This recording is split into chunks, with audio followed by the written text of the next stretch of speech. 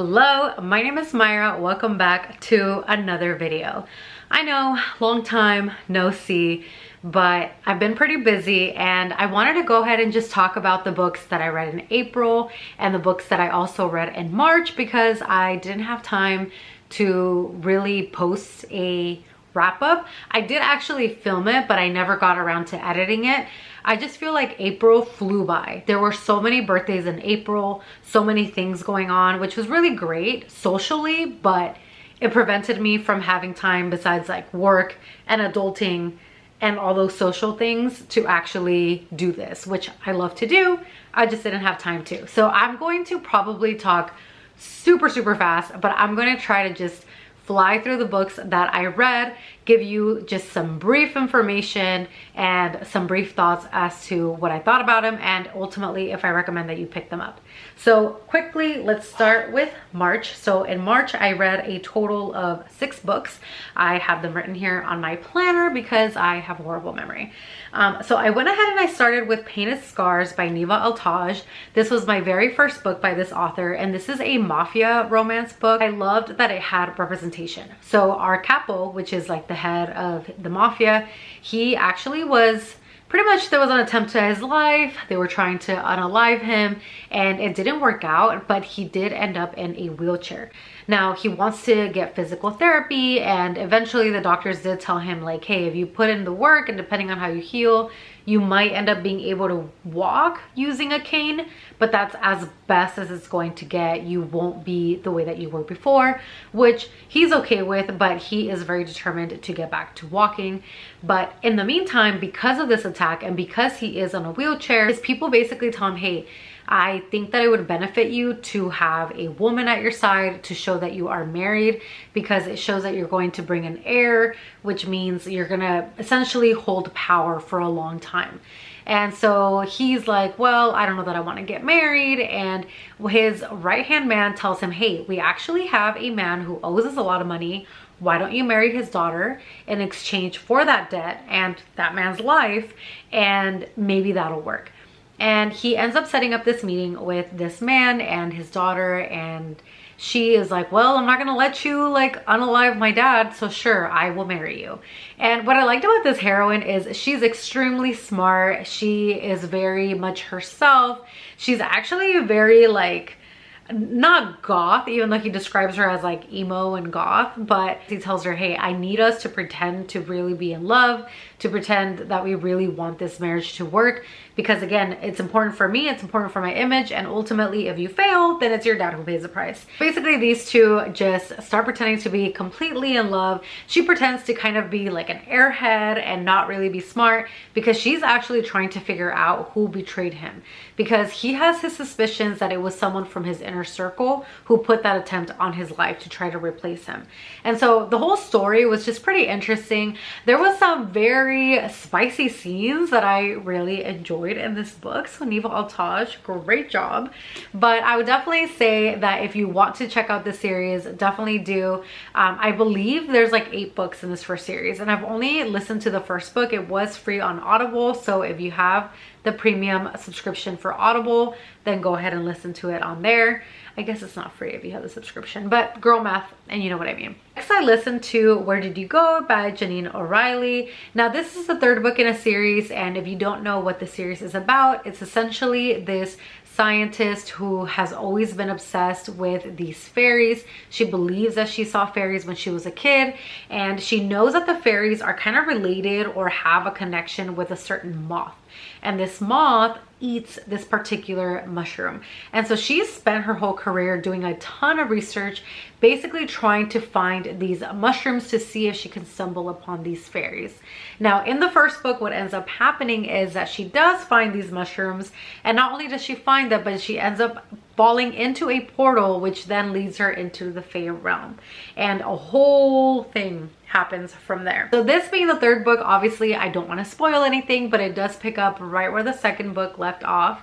I, for some reason, thought that this was the last book I thought it was a trilogy. So I was a little bit confused because I'm like, okay, there's still so many answers that we don't have, because there's a lot of plot twists throughout this series. Like, you think you know something and it's not.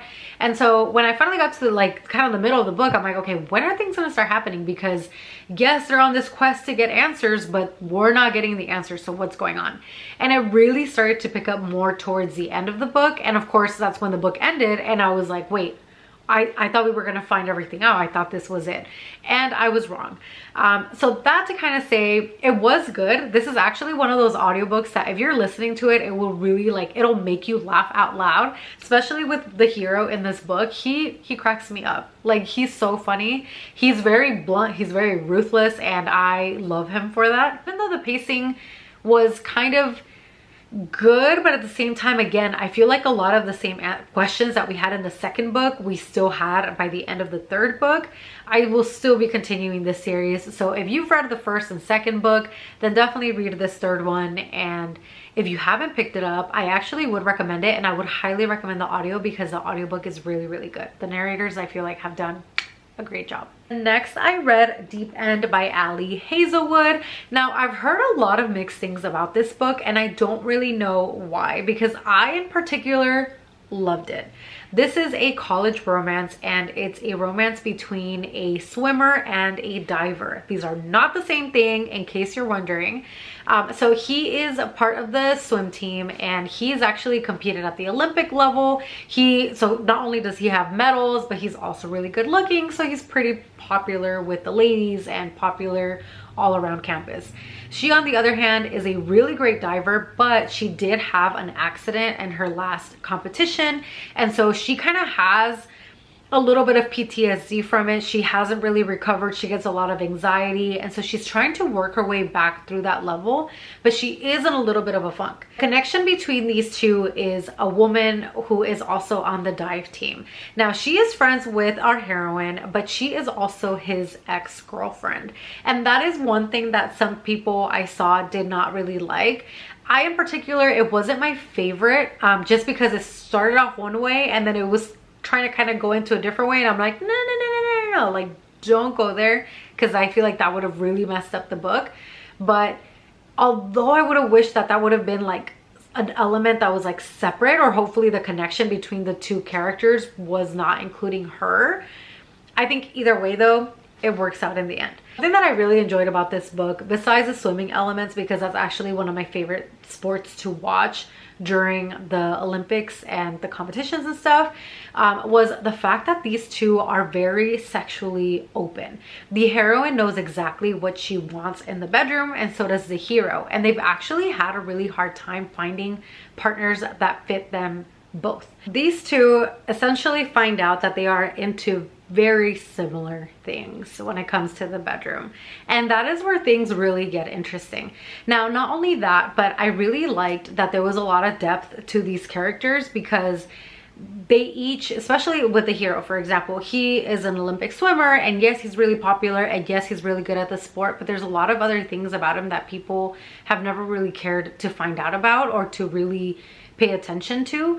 And same with the heroine. There's a lot of things that she's just kind of settled with, and she didn't know that things could be different, and they kind of just both meet each other in the middle, and the romance just really grows from there. So I overall really liked it. I thought it was really, really fun, and I don't know, I feel like even if you've heard mixed things, check it out for yourself and form your own opinion. You should do that with every book, by the way, but especially with this one, when it comes to like an author like Ali Hazelwood, who is really popular, and a book that's getting a lot of really great marketing, I would say read it, check it out, form your own opinion. But overall, I actually highly, highly recommend this book. Next, I completely switched it up and I read Taken to Varaxia by Elizabeth Stevens. If you've read Ice Planet of the Barbarians or any of the books in that series, this one definitely had a lot of the similar vibes, but I would say that this one had a lot more unique and interesting elements, simply because I feel like where Ice Planet Barbarians is a little bit more like fun, and yes, you still get a lot of deeper topics in some of the books, this one really allows you to explore a lot of different topics, especially when it comes to the customs of one species versus another, and how you may be portrayed as different, and how like the right way to be treated. I don't know if that makes any sense, but essentially in this one you have humans who are living, they're not on Earth, they're pretty much on the moon, and you have these aliens that are not the best aliens. They actually do some really brutal things when it comes to women, so I would definitely say triggers. So on one of these trips they actually end up bringing these other aliens, and these aliens are kind of like, oh, like there's a bunch of women here, like we didn't even know about this. And one of our heroes, or our hero, ends up meeting our heroine here, and she is a half human, half alien, and they have this instant connection, and he's like, you have to come with me, I need you to come with me so that you can see, and I promise I will help you. And he ends up finding out everything that this other alien race has been doing to these humans for such a long time, and he puts his foot down and he is like, you guys are all they're all gonna be protected, you don't have to worry about that.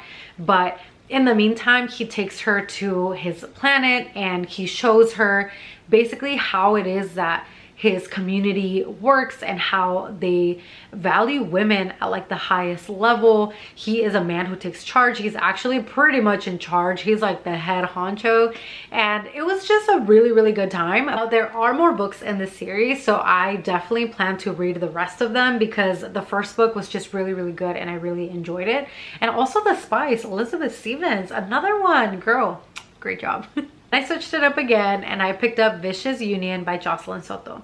Now, this book is a cartel romance. It is definitely a married in Vegas, but I didn't know that I accidentally married the son of a really powerful cartel member.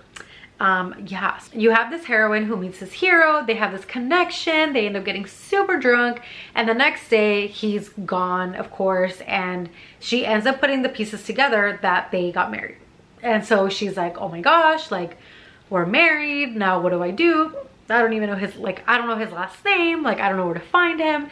And he ends up finding her and he tells her, listen, I need you to know, I know we had this really deep connection and we had a really great time, but I am the son of a really powerful cartel member and I don't think that you want anything, you know, to do with me. So if you want to walk out now, walk out now. Now she decides actually that she wants to stay married to him. She decides, hey, I have this really deep connection with you. If it was up to you and you wanted to stay married with me, then I also want to stay married with you. Now, of course, his dad does not like her.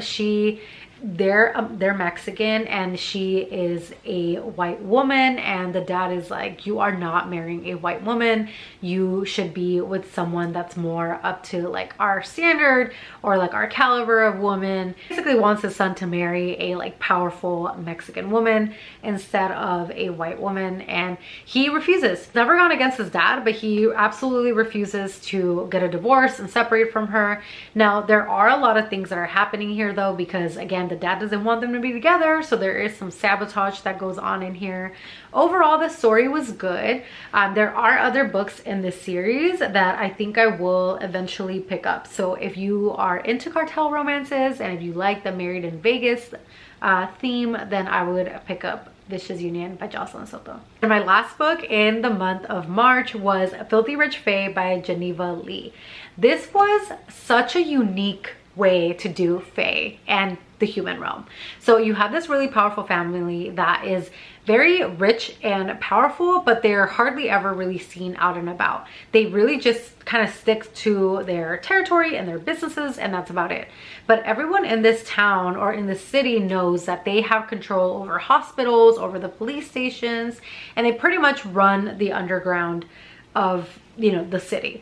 Now no one really knows the intricate works because no one really wants to get associated or dragged into their business because they don't want to then suffer the consequences of doing so. Now, unfortunately, our heroine, she is a nurse, and one day dragged into the ER is her brother who just suffered a gunshot wound, and he comes in with one of the men that she knows for a fact works for this powerful family. And so that's how she finds out that her brother has actually been working with this family, and she wants to put a stop to it. So she heads on over to the hotel where she knows that the head of the family is living at or resides at, and she demands to have a meeting with him. Now, upon meeting with him, she proposes to him that she wants to exchange whatever work the brother is doing for him in exchange for her. She tries to offer him like a ring that she has from like her family heirloom or like money, but he tells her like, I'm super rich, I don't really need anything, but we can strike a bargain. And so they end up basically setting up this bargain where every night he has to be with him. Now, not in that way though, which actually this was a part that like cracked me up, and I immediately liked the hero. She immediately tells him like, no, if you think I'm some sort of like, you know, adult worker that's going to just be there at your beck and call, like that is not me. And he's like, you're not my type. He's literally just like, I don't want you in that way, like you're not my type. And she was humbled so fast, let me tell you. And I laughed. I was in my car, I still remember, I was driving to work, and I cracked up out loud because I'm like, he literally just told her like, thanks but no thanks. This is a very high stakes because you end up finding out that the way that it works is that they do live in the human realm, but they can travel in between to the Fae realm as well, but they don't really live in the Fae realm, they live in the human realm. And he also hints at the fact that the Fae are not the only mythical creatures that exist. So she finds out that there's like vampires and possibly other creatures, but she still has no idea. So that makes it really fun because this being the really like the first book of the series, I can only imagine where it's going to go from there. And she finds out that they basically all own different parts of the world, like the human world. Now, of course, the humans don't know that it's these mythical creatures that are in control, but it's these mythical creatures that are in control.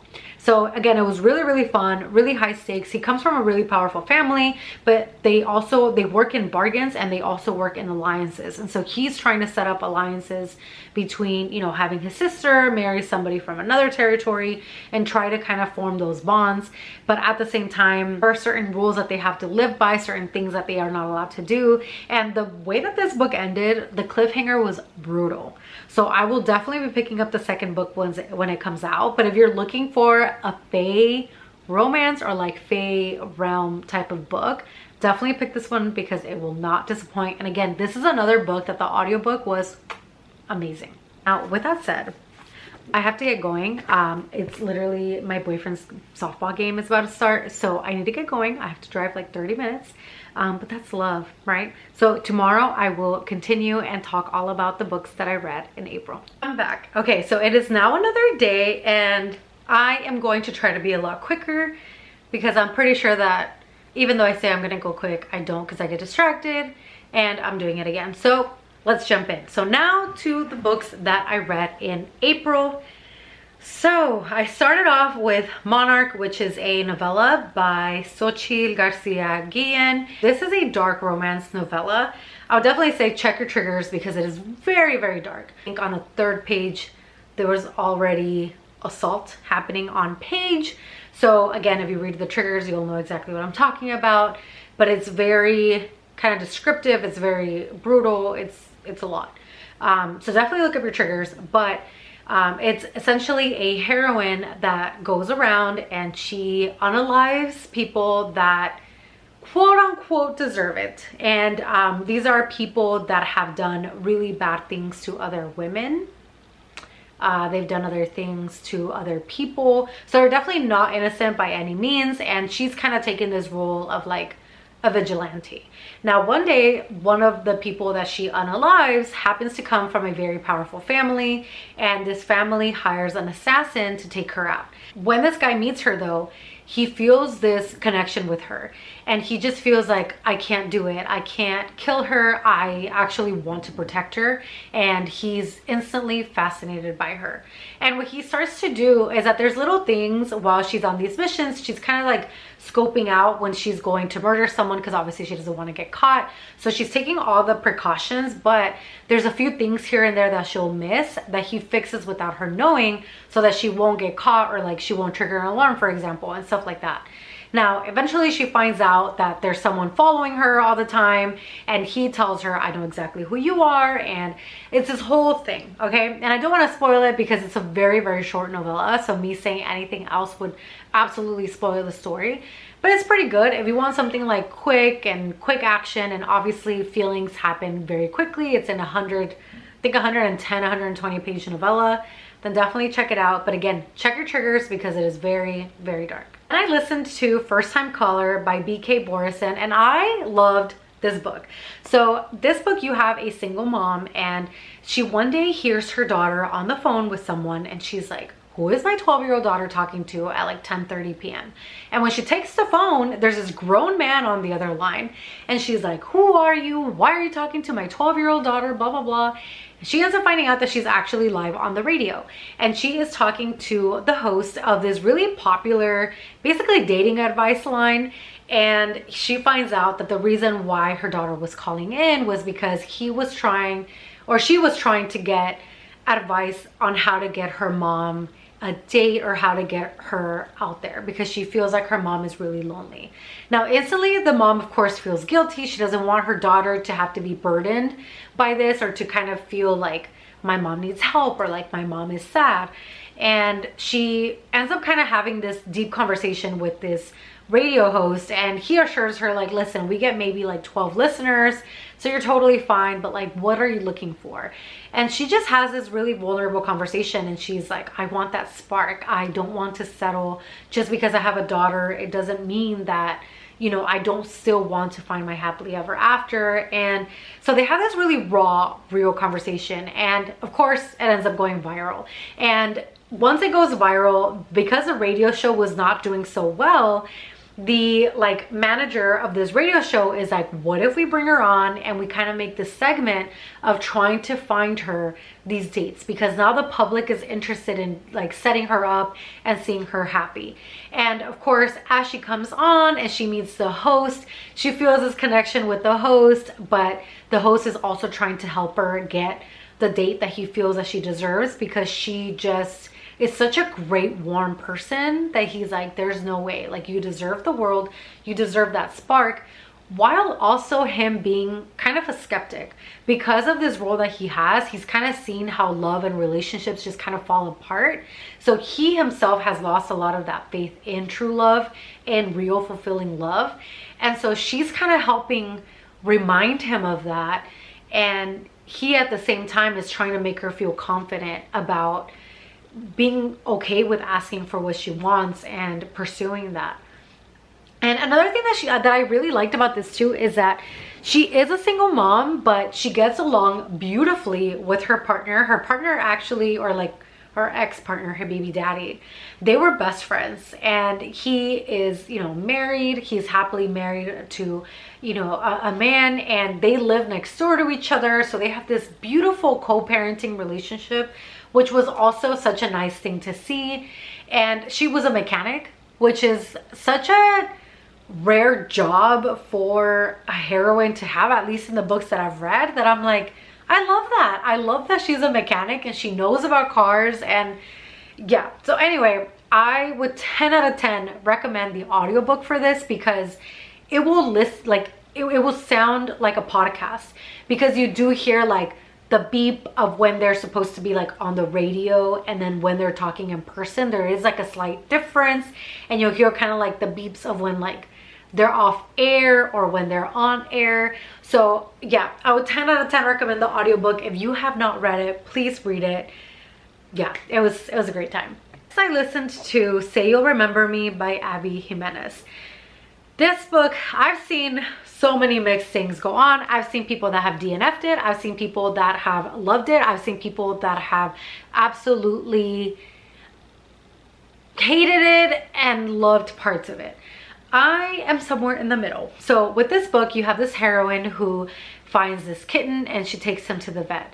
And when she meets this vet, she is like, whoa, he's like super hot. And they have this little kind of connection while he's checking the kitten and, you know, kind of checking the kitten for like their shots and if they have fleas and stuff like that.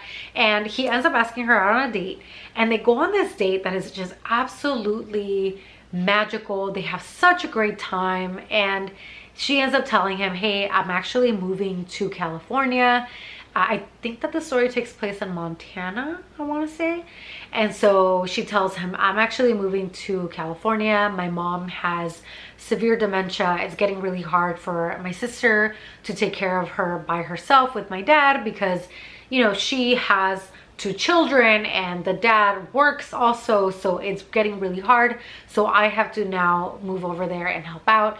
And it kind of starts the beginning of this long distance relationship. And this was one of the things that I did like, and this was something that I saw other people mention. It seemed very realistic, which I guess if you're trying to, obviously these are fiction romance books, if you're trying to kind of get lost, this had so many really rare elements, this had really real elements. So if you're trying to escape to like a fictional world, I could see why this book is not going to be people's like book that they reach out to, because a lot of it feels really real. He is a vet and he has his own practice, which maybe you would think, oh my god, he probably has a lot of money, but it's like he invested almost $1 million in trying to open this facilities. And not only does he have to pay his vet, you know, his assistants, his receptionists, but he also has to pay the bills for the building. He's paying off the machines that he bought to be doing, you know, the scans and surgeries and stuff on these animals. He also had some med school bills. And that's like on his end. And then on her end, she is freelance, but she does marketing. So she does get paid, but it's not like she's making a ton of money. So it was very real. Even, you know, they're long distance, they want to be flying to each other, but they can only afford to fly to each other every so often, because again, the money for the flight and also the time off, because it's time that you would need to request off from work. And so it kind of takes you through this whole loop of them traveling back and forth and trying to find ways to see each other. And at the same time, the heroine living now in a house with a bunch of adults, you know, it's her brother, her mom who has dementia, her dad, her sister with her two little children. So it's a whole trip. It's this whole thing. I do think the dementia aspect of it was very real. I myself know someone that had their mother who had dementia, and they shared a lot of their stories. And so a lot of it felt very real, or at least similar to the stories that I've heard about. Again, I haven't experienced it myself, but that part I did feel was very real compared to other stories that I had heard from this person. But what I heard a lot of people, you know, not liking, and that was something that also kind of, I was like, this is unnecessary. A lot of the stuff on there is very, I don't even want to say like, oh, it's Gen Z or whatever. It's not even that. It's just words that you hear on TikTok, slang that you hear right now, that I just felt like was unnecessary in the book.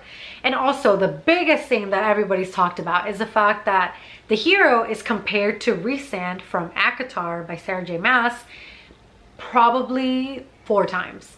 And it happens right at the beginning of the book, and I'm just like, okay, now you're making me think about another book. So it's like, again, there's no need to mention real life stuff in the book. I think the book would have been fine without it, and it would have been okay. I also think that a lot of the traveling and the back and forth, it didn't really give them enough time to really build that connection. So I think that that was another thing that for me, I would have wished that they would have gone on that date and maybe kept dating for a few months and just kind of really built this connection before you add the distance. Because then it was like when they would see each other, yes, they were making memories, but at the same time, a lot of it was also physical because they hadn't really seen each other. So yeah, for me, this was like a 3.5 star book. It needed a little bit more. But I read My Dark Fairy Tale by Gianna Darling. I actually got an arc of this and I really liked it. I am someone that has Italy on my bucket list. I want to go to Italy. For me, just the thought of wearing this beautiful red dress with wine in my hand and some authentic pasta, that's the dream. That is the dream. So this book literally reads like a love letter to Italy. Gianna Darling is Italian, so I think a lot of it came from Gianna Darling's like love for Italy, and that was very evident. Like, it's pretty clear on the page. And if you're someone that maybe had never even thought about going to Italy, this book will probably make you want to go. but it's a mafia romance book. So you do have this heroine that had a lot of health issues growing up, and then she also recently lost her sister. So her parents have already been really overbearing with her and kind of overprotective of her, and now that her sister has passed, they're even more so. And her dad has also had this extreme hate for Italy, and he had immigrated from Italy to the United States, and he's always told them like, never go to Italy, Italy's the worst, and I hate Italy and this and that. And naturally she wants to go to Italy because she's like, why does my dad hate Italy so much? And she ends up saving money to go on this trip after she graduates from college, or I think she's about to graduate, I don't remember. And she tells her parents that she's going to go to Paris. Now her parents are kind of freaking out because they're like, are you sure that you should go? Because it's not really good with your health and your this. And she's like, I am going to Paris. Except she's actually going to France. Our heroine does not have the most beautiful welcome to Italy. She actually has some pretty traumatic events happen to her right off the bat, not even 24 hours with her being in Italy. And she ends up having not the best meet cute ever with our hero. And he tells her, you know what, I'm going to take you back to my home and help you recover so that then you can continue your trip. And he's intrigued by her. He finds her absolutely beautiful, and she knows that he's wealthy, but she doesn't really know why. And they start to kind of spend time together, and she's like, listen, I still want to have my own apartment. I still want to visit Italy. And he's like, well, also let me take you places. Like, I'll respect your decision, but I want to show you like the authentic Italia. She's really smart. She's really good at like accounting and monies and noticing patterns. And so she ends up helping him with a few issues that he's having and piecing things together without her knowing that his business, part of it is legit and a big part of it is mafia related. And she has no idea. And of course, by the time that shit hits the fan and a lot of things start happening, the book ends. And I guess we're gonna have to find out what happens in book 2. Then I finally got my first 5-star read of the year, and that was Sawyer by Jessica Peterson. Sawyer. Okay, so in this series, it's a cowboy romance, small town, and if you have not ever read one, or if you think they might not be the ones for you, pick up this series first and then get back to me. But anyway, you have Cash, you have Wyatt, and now this one was Sawyer. Sawyer is a single dad, and he goes above and beyond for his daughter, as he should, okay? In fact, this is how I want my boyfriend to be. Once he and I get married and we have kids, he better be Sawyer 2.0. Anyway, so he goes above and beyond for his daughter, but one day, because his brother is about to get married, they tell him, hey, we need to get out of town. You need to come with us. We're gonna go have drinks, we're gonna dance and have a great time. And so he goes, and he actually ends up making this nice connection with this woman, and they just click. They're having a great time. They end up having a very great time.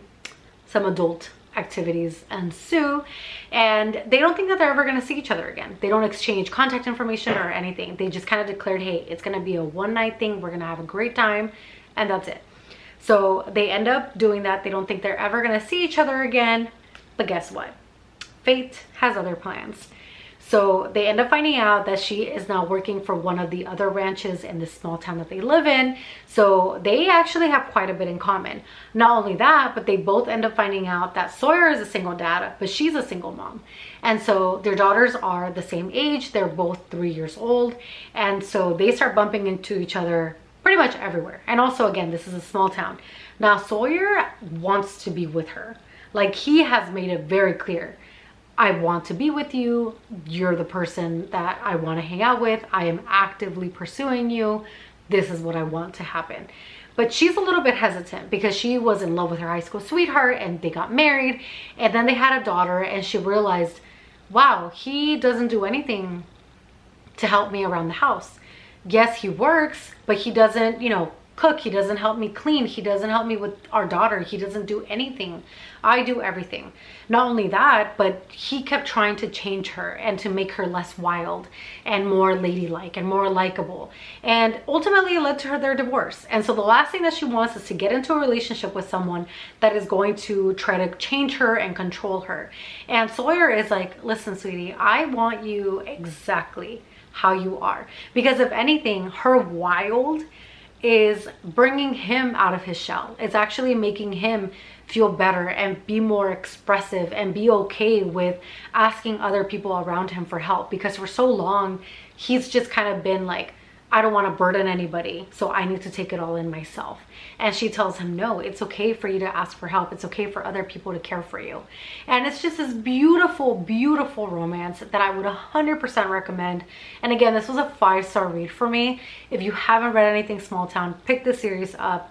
I truly, truly don't think that you're going to be disappointed, because every single one of the books has been a 5-star book, like, read for me. So yeah. Ruthless Vows by Rebecca Ross. I'm not really going to go too much into it.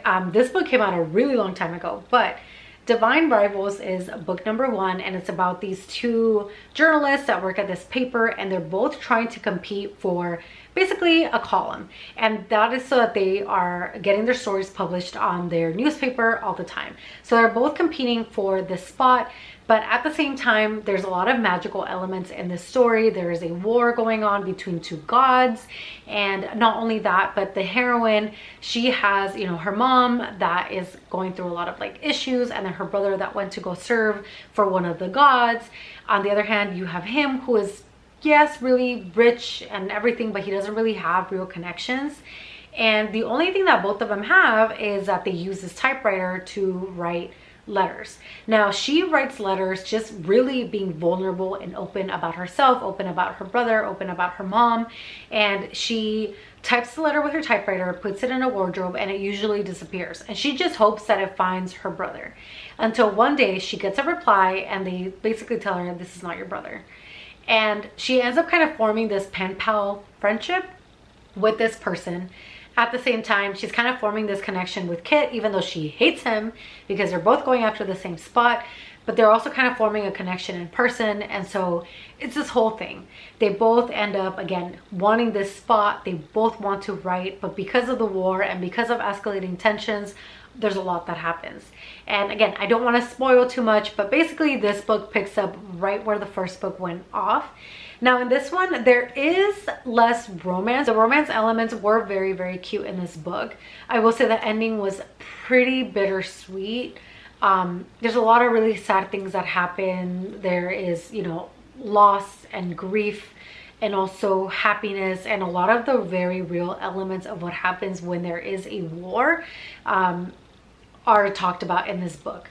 So yeah, it did take me a little bit to get into it, but I listened to the book and I loved the audiobook of the first one. I loved it in the second book. So I am glad that I read the duet, but I do know that her next book that's coming up is supposed to be a prequel for this duology. So I'm very interested to read that and kind of see where that goes. But I'm glad that I finally finished it, because I picked this up at the beginning of January in 2024 and then just finished it in April. So yeah, but still really enjoyed it. Ruthless Vows. If you haven't read the first book, highly, highly recommend it. Last but not least is this book that's been literally everywhere, and it was Our Infinite Fates by Laura Steven. Now in this book, it's about these 2 young adults that basically meet in every lifetime, always fall in love, but right before their 18th birthday, they kill each other. Either he kills her or she kills him. Now they come back to life, like they reincarnate every single time, and it's always the same thing. Right when they're 17th, right before their 18th birthday, one of them kills the other one. A lot of different timelines. So as a story takes you on, you are in the present. She's living in London, but it takes you back through different lifetimes that they've had and other ways that they've each died. Sometimes she kills him, sometimes he kills her. Sometimes they reincarnate as men, sometimes as women. So it doesn't, you know, they reincarnate as different beings all the time. And the story basically right now is that she knows that her 18th birthday is approaching, but right now her sister has cancer and she needs a bone marrow transfer, and of course the only person that is a match is her. And so her plan is to try to find him or her and see, can you please like not kill me until this transfer, or like I'm able to donate the bone marrow so that my sister can live. And she kind of starts thinking, okay, maybe what I can do, figure out who he is or who she is, lock them up, let my 18th birthday come, I will donate the bone marrow and everything else that my sister needs, and then I will run away. and see what happens if he doesn't kill me before we turn 18.